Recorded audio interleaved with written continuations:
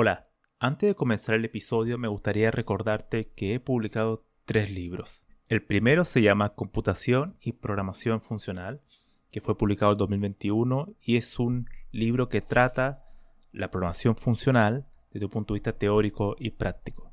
El segundo se llama Mentes Geniales, la vida y obra de 12 grandes informáticos. Esta es una obra que repasa la historia de hombres y mujeres que fueron relevantes en la historia de la computación. Y el último, el más reciente, se llama Principios de Programación, donde explico una nueva forma de entender la programación a través de 8 conceptos. Todos estos libros se pueden encontrar en librerías en España o en Amazon, y también en Latinoamérica se puede encontrar a través de Mercado Libre y Busca Libre. Para más detalles pueden visitar mi sitio web camilochacon.com.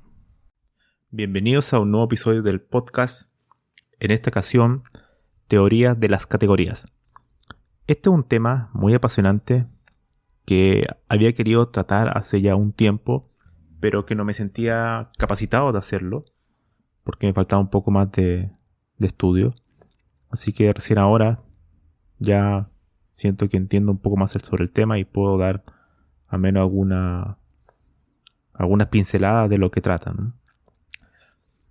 Bueno, lo primero de este tema es que ¿cómo surgió mi interés? Quizá eso puede ser una buena idea, comenzar por ahí. Mi interés por las teorías de las categorías es mi interés por la programación y en particular por la programación funcional. Entonces lo que voy a ir haciendo va a ser un poco explicar cuál es la relación que tienen las teorías de las categorías con la computación y un poco cómo funciona, qué es lo que trata de estudiar. La relación en particular es que la teoría de las categorías trata de estudiar las estructuras. Es el estudio de las estructuras, entiéndase por estructuras cualquier ente matemático. Esto es como cuando uno ve un grafo bidireccional no dirigido. Uno ve muchos nodos conectados entre sí y esa es su estructura, ¿no? No importa tanto los valores que tengan los nodos, sino que yo estoy viendo la forma de ese grafo. Bueno, la teoría de las categorías estudia esas estructuras, esas relaciones y cómo están compuestas en sí mismas. Ahora vamos a ver en este episodio que las estructuras pueden ser muchas cosas, ¿no? Por eso es un área de la matemática pura que probablemente una de las más abstractas o la más abstracta que existe en la matemática, porque te permite básicamente crear abstracciones de muchísimas cosas, porque es muy, muy, muy general, ¿no? Primero, para hablar sobre un poco de las teorías de las categorías, hay que hablar un poco sobre los inicios de la computación. En este podcast yo he hablado anteriormente del cálculo lambda y de la máquina de Turing, pero me gustaría volver un poco a ese tema para hablar sobre esas dos cuestiones, esos dos modelos de computación y qué son en sí mismos, y ahí vamos a ver cómo se relacionan con las teorías de las categorías. Primero, el concepto más principal de una máquina de Turing es el estado. El estado es en sí mismo la idea, si uno creara una metáfora, es que hay una cinta como estas fábricas donde hay una especie de robot que va ensamblando piezas, ¿no? Imagínense que hay una cinta infinita y donde hay una especie de robot que se va moviendo en celda a celda de esa cinta y lee el valor y lo actualiza, ¿no? Y después se mueve a la izquierda o a la derecha. Eso es simplemente la máquina de Turing. Es un modelo muy trivial, muy simple de cómo funciona la computación. Y cada celda es un estado. O sea, si hay un valor en particular en una celda en el tiempo y después se actualiza, cambió de estado. Si después escribo algo en otra celda, esa celda cambió de estado. O sea, todo se basa en la idea de estado, de cambio de estado, de la mutabilidad de estados, ¿no? El cálculo lambda, por otra parte, que es equivalente en cuanto a lo que uno puede hacer en una máquina de Turing, también se puede hacer en el cálculo lambda. El concepto principal es la reducción. Técnicamente se dice reducción beta. Y la idea es que uno tiene una expresión, lambda, una función lambda en particular, y uno la puede ir reduciendo. Se puede ir reduciendo hasta que ya no es posible reducirla más, y ahí es cuando se detiene la computación, por así decirlo.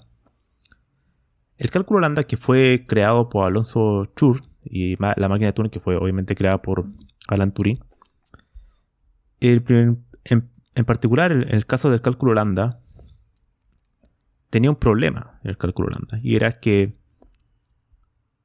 no tiene manejo de errores. O sea, al no tener un cálculo lambda sin tipo, libre de tipos, no hay restricciones en el código. Entonces una variable puede ser cualquier cosa, ¿no? Se le puede pasar cualquier cosa como argumento a una función lambda, y no hay forma de manejar esos errores. Posteriormente, Alonso Chur presenta lo que es el cálculo lambda tipado. Y ahí surgen los sistemas de tipo. Y todos ya sabemos la importancia de los tipos en la programación, ¿no? Surge desde ahí, ¿no? Desde el cálculo lambda no tipado, después el tipado, y ahí empiezan a aparecer teorías de manejo de tipo, ¿no? Entonces, por un lado tenemos el cálculo lambda, y que después surgiría todo lo que es los sistemas de tipo para manejar y para evitar errores en la computación, creando restricciones en los tipos, ¿no? Y compatibilidad entre ellos, ¿no? Ahora, uno se ve lo que cuando nos involucramos, esto estamos hablando solamente en el tema de modelos de computación, modelos matemáticos. Aquí todavía no hemos entrado en lo que es un hardware, o sea, en un computador o un ordenador. Si ahora nos involucramos en ese tema, primero tenemos la principal consecuencia de inventar el ordenador es que tenemos otros tipos de restricciones, que son las restricciones de recursos, ¿no? Memoria RAM, espacio de disco duro, la velocidad del CPU, todo ese tipo de cuestiones, ¿no? Cosas que en los modelos computacionales como la máquina de Turing o el cálculo lambda no existen, ese tipo de restricciones, porque es una teoría matemática, ¿no? La teoría matemática no tiene ciertas limitaciones de cuántas ecuaciones voy a hacer o no, ese tipo de cosas. Entonces el hardware sí tiene restricciones para un programador. Entonces uno tiene que manejarse en base a ciertos límites, ¿no?, que te proporciona el equipo donde vas a ejecutar ese programa. Y el lenguaje más básico, más cercano al hardware, es el lenguaje assembly o ensamblador. Y si uno ve el código del lenguaje assembly, uno se da cuenta que es todo muy explícito. Cada cosa que uno tiene que hacer tiene que escribirla directamente, incluso para asignar un valor a una variable, que al final es simplemente un espacio de memoria ubicada en la RAM, y requiere más de una línea. Los ciclos también requieren mucho código. Entonces al final el lenguaje máquina se vuelve inviable para hacer software de gran escala o hacer muchos tipos de cuestiones, ¿no? Por eso mismo se busca la necesidad de más abstracción, ¿no? La abstracción que nos entrega el lenguaje máquina no es suficiente, ¿no? El lenguaje assembler no nos entrega la abstracción suficiente para crear cosas más complejas. ¿Es posible hacer? Claro que es posible. Como también podría ser posible hacerlo todo en binario, ¿no? Pero es realmente imposible, impracticable que alguien lo haga, ¿no? Es imposible.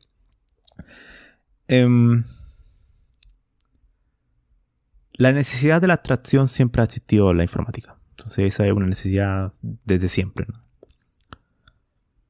De ahí surgen los lenguajes de programación. Los lenguajes de programación imperativos son descendientes de la idea de la máquina de Turing, la idea de estado, la idea de mutabilidad de estado, ¿no? Y los lenguajes funcionales, por otro lado, surgen de la idea del cálculo lambda, la idea de la reductibilidad, ¿no? Esta capacidad de reducir expresiones a través de distintos tipos de operaciones con funciones, y donde el concepto de recursividad también se usa mucho. Y el cálculo lambda en particular, y todo lo que vendría después en el ala de los lenguajes funcionales, hay mucha más abstracción que el lenguaje imperativo, ¿no? El lenguaje imperativo todo es de arriba hacia abajo, ¿no? Instrucciones tras instrucciones, todo muy explícito. Los lenguajes funcionales, en cambio, son más declarativos, ¿no? Entonces, lo que importa más es lo que quiere responder a eso, ¿no? Al algoritmo que está haciendo, más que el cómo hacerlo, ¿no? Entonces, los lenguajes funcionales incorporan ya el sistema de tipos, ¿no? El sistema de tipos para evitar errores y para hacer mucho más seguro la compilación. De ahí han surgido muchísimos lenguajes, como Haskell, por ejemplo, que es como el más popular en ese sentido de lenguajes funcionales tipados. Y el cálculo random entonces es un modelo de la computación, y los sistemas, las diferentes teorías de tipos también son otros tipos de modelos. Y a esos modelos tenemos que incorporar uno más, que es la categoría de tipos, ¿no? Esto es fundamental porque no es que cualquier de este tipo de cosas de la computación o los programas se pueden modelar con este tipo de teoría, ¿no? O lenguaje, uno lo puede también llamar, ¿no?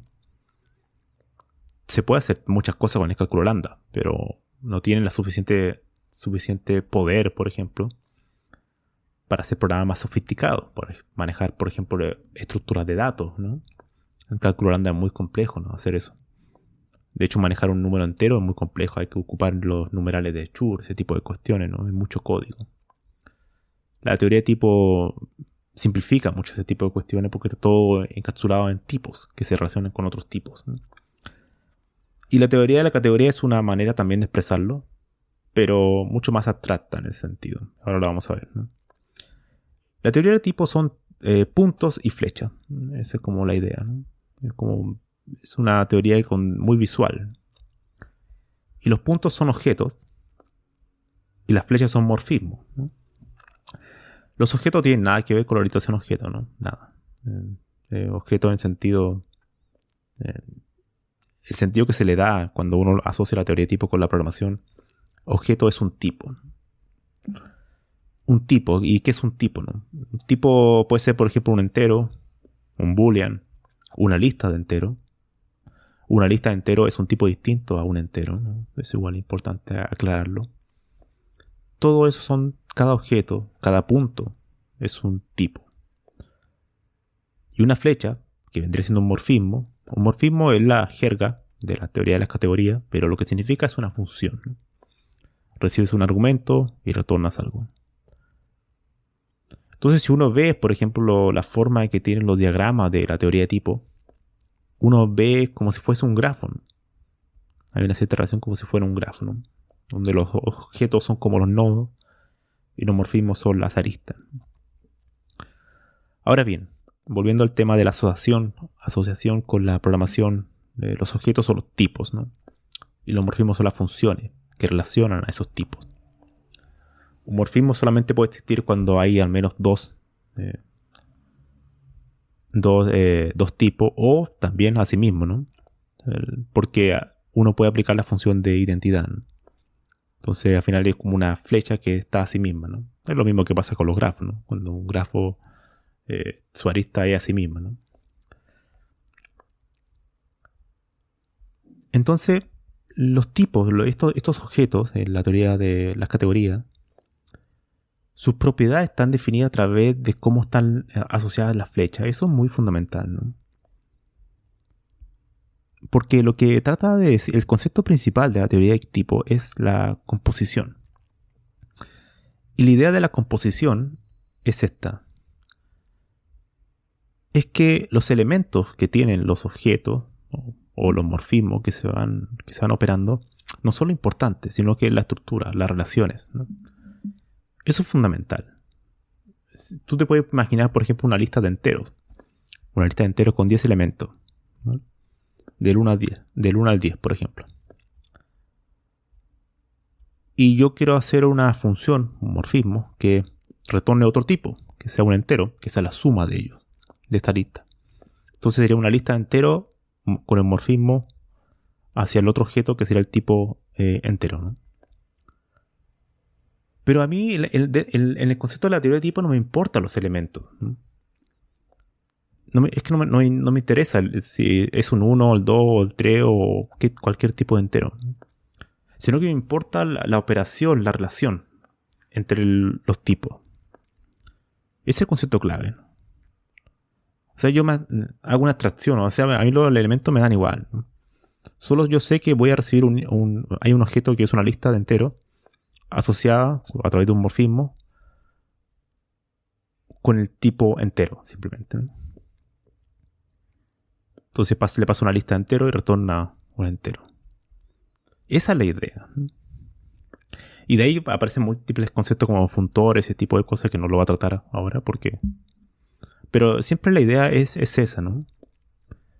De cómo tú vas realizando la importancia de estudiar las relaciones, las transformaciones, ¿no? Entre tipos, que vendrían siendo estos objetos, ¿no? A través de morfismo. Entonces ahí uno puede hacer operaciones como de producto, ese tipo de cosas, como pares, ¿no? Sumatorias, cuestiones así. Muchísimas cosas. Lo mismo que la idea de map, ¿no? Esta típica función de los lenguajes funcionales, map, ¿no? Al final es la misma idea, ¿no? O sea, no me importan los elementos. Yo solamente estoy fijando en los inputs y los outputs de los tipos, ¿no? Lo que va a recibir, el tipo que va a recibir y el tipo que va a devolver, ¿no? Entonces la teoría de las categorías nos permite estudiar esto de una manera mucho más general, ¿no? Y es, por así decirlo, cuando uno escucha a Bartosz Milewski, que es como el principal divulgador de la teoría de las categorías enlazadas o que crea una cierta conexión, ¿no? Más amigable con los programadores. Él en un momento decía, ¿por qué estudiar esto, no? Siempre le preguntan eso, ¿por qué estudiar teoría de las categorías, no? Y la respuesta que da es la misma que voy a dar ahora, porque la encuentro muy... No hay otra respuesta, yo creo, para estudiar este tipo de cosas, ¿no? ¿Por qué es divertido? ¿Por qué es divertido? Y porque expande tu mente, ¿no? Es como un poco como el tema de la filosofía, ¿no? No a todas las personas les gusta la filosofía. No a todas las personas les gusta hacerse preguntas existenciales, ¿no? El significado de la vida, ese tipo de cuestiones. Esto es lo mismo. ¿Por qué yo requiero tanta abstracción, ¿no? Para modelar cosas? No a todos les gusta. A uno le gusta que sea mucho más explícito, ¿no? Con la herramienta, con la tecnología, yendo a la documentación, programando cuestiones. Pero la teoría de tipo te enseña a pensar. Tú estás pensando en cuestiones muy, muy generales. O sea, uno puede imaginarse como distintos programas, distintos componentes, como cada uno si fuese una especie de objeto, ¿no? Y enlazado a través de un morfismo, ¿no? Es una forma de pensar, o sea, una forma de abstraerse, o sea, de cómo tú aplicas composiciones entre todo este tipo de objetos y después haces una descomposición, o sea, separas, ¿no? Es como tener múltiples piezas en un puzzle, ¿no? Tú lo estás viendo desde un muy alto nivel, ¿no? Y eso sirve porque te ayuda a pensar mejor, ¿no? Al ser capas de abstracción muy altas, después bajar a cuestiones más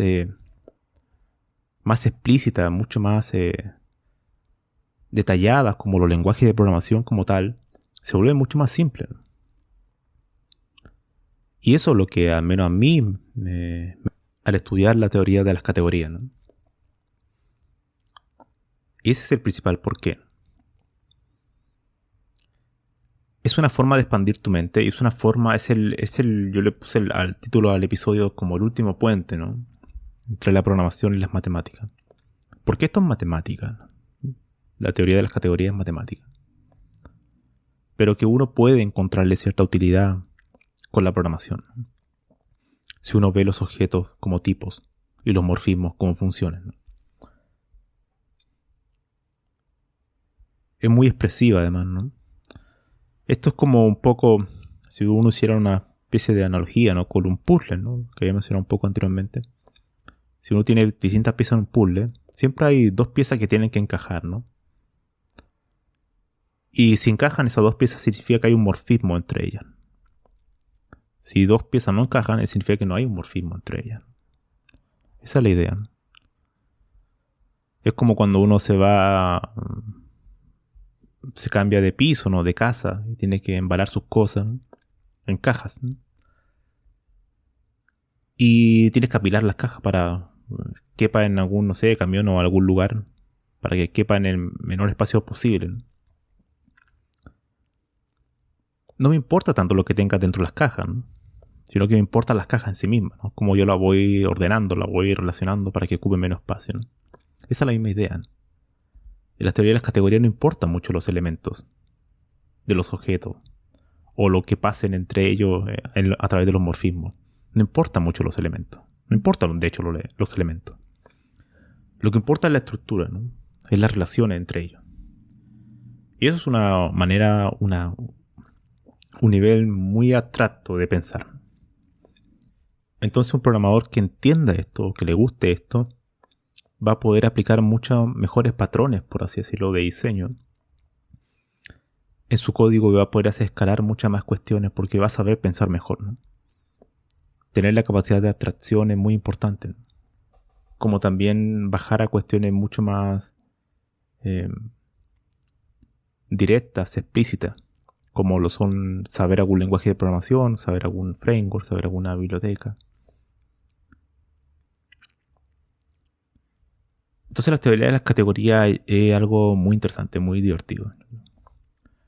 Si a alguien le gusta, por ejemplo, cuando hace un algoritmo y dice, este algoritmo yo lo voy a llamar A, y después tengo otro algoritmo que se lo voy a llamar B, y yo lo enlazo simplemente y le pongo una flecha, y lo estoy modelando en un papel.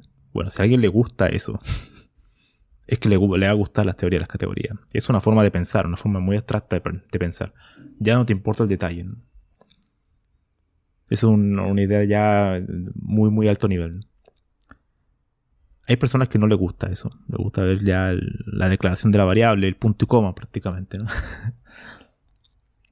Pero si también te gusta eso, pero también lo quieres ver de un punto de vista muy, muy general, las teorías de las categorías, cuando la aprendas, sin duda te va a parecer algo muy divertido. Eso sería el episodio de hoy. Voy a dejar el nombre de Bartosz Milewski. Yo creo que muchos los conocen, de los que han estudiado programación funcional, probablemente lo conozcan porque tiene muchísimos videos de charlas y cursos en YouTube. Así que, y también cursos de teoría de las categorías. Así que le voy a dejar el nombre, ahí ustedes lo pueden buscar. Además también tiene un libro de teoría de las categorías para programadores. Así que él es un excelente profesor, muy divertido escucharlo además, así que se van a divertir, de seguro. Eso sería por hoy. Nos vemos en el siguiente episodio.